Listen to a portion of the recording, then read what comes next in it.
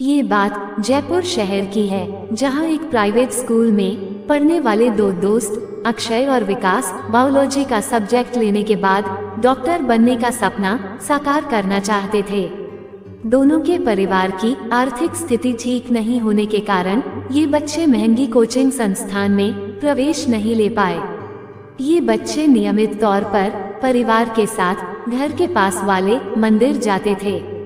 वहाँ मंदिर में एक वृद्ध गुरुजी रहते थे, जो हमेशा अक्षय और विकास से उनकी पढ़ाई की चर्चा करते रहते थे। जब मंदिर के गुरुजी को पता चला कि ये बच्चे डॉक्टर बनना चाहते हैं, पर इनकी कमजोर आर्थिक स्थिति के कारण इन्हें कोई अच्छा मार्गदर्शक नहीं मिल पा रहा है, तब उन्होंने उपाय लगाते हुए मंदिर के पास रहने वाले शुभम को बुलाया।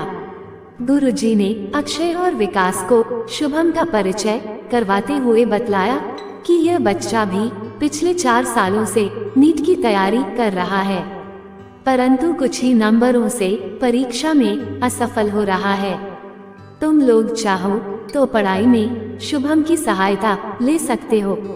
कोई ऑप्शन नहीं होने के कारण दोनों बच्चे मान जाते हैं और शुभम के साथ तैयारी शुरू करते हैं। अब शुभम एक शिक्षक की भूमिका निभा रहा होता है, जिससे उसका कॉन्फिडेंस लेवल लगातार बढ़ रहा था और इससे बच्चों के लिए भी एक अनुभवी शिक्षक की कमी दूर हो जाती है। धीरे धीरे नीट परीक्षा की तिथि नजदीक आ रही होती है और बच्चों की परीक्षा की तैयारी भी अपने पीक पर बढ़ती जाती है और वह दिन आ जाता है जिससे सभी को डर लगता है, जिसका नाम है परीक्षा। तीनों बच्चे परीक्षा देकर आते हैं और बड़े खुश रहते हैं। उन्हें उम्मीद रहती है कि हमारा रिजल्ट अच्छा ही आएगा। कुछ दिनों के बाद परीक्षा का परिणाम आ जाता है और इस परीक्षा में शुभम और अक्षय सफल हो जाते हैं और दोनों के परिवार में खुशी का माहौल होता है और विकास बहुत ही कम अंतर से इस परीक्षा में असफल हो जाता है। तब विकास के पिता गुरुजी के पास जाते हैं और बोलते हैं कि मेरा बच्चा नीट की परीक्षा में फेल हो गया। तब गुरुजी तीनों बच्चों को अपने परिवार के साथ शाम को मंदिर आने का आदेश देते हैं। शाम को सभी मंदिर पहुंचते हैं। फिर गुरुजी बच्चों से सफलता और असफलता का राज पूछते हैं।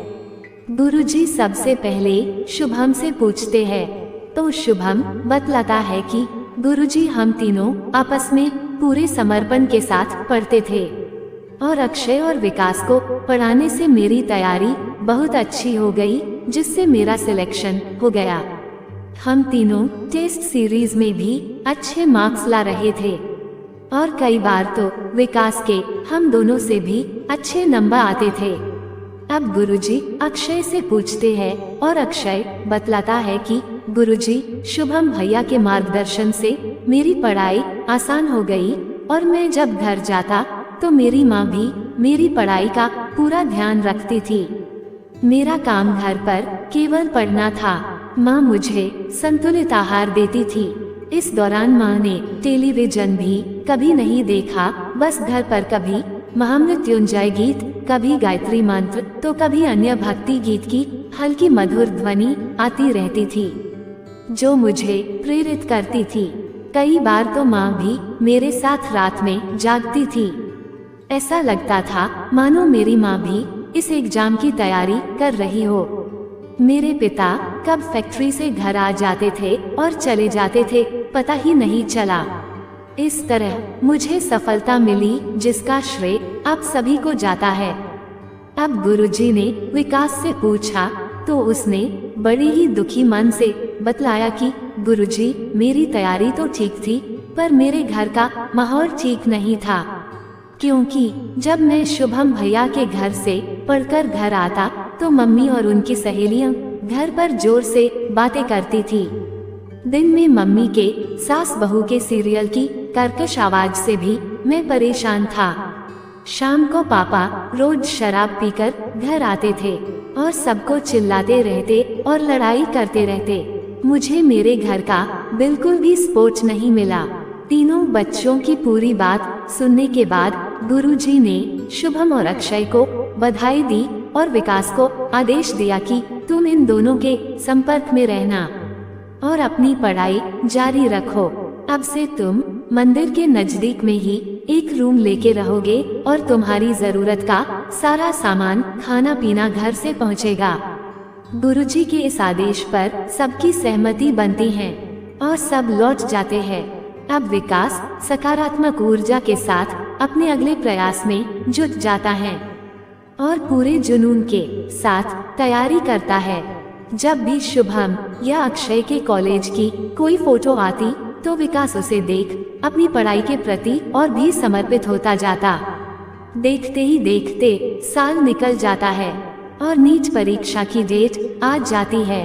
इस बार विकास ठान के बैठा था कि इस बार सफल होकर दिखाना है और उसका नीट का एग्जाम भी बहुत अच्छा जाता है। कुछ दिनों के बाद जब रिजल्ट आता है तो परीक्षा में विकास को सफलता मिल जाती है। इसे देखकर सब खुशी से झूम उठते हैं।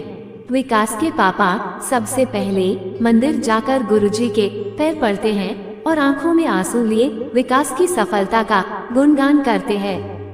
दोस्तों, वीडियो को अंत तक देखने के लिए आपका धन्यवाद। कृपया चैनल को ध्यान से सब्सक्राइब करें। इस कहानी में सब कुछ बदला, पर जो नहीं बदला वह था विकास के घर का माहौल। खैर, विकास को लक्ष्य की प्राप्ति हुई, इतना ही बहुत है आज के युग में। धन्यवाद। जय श्री राम।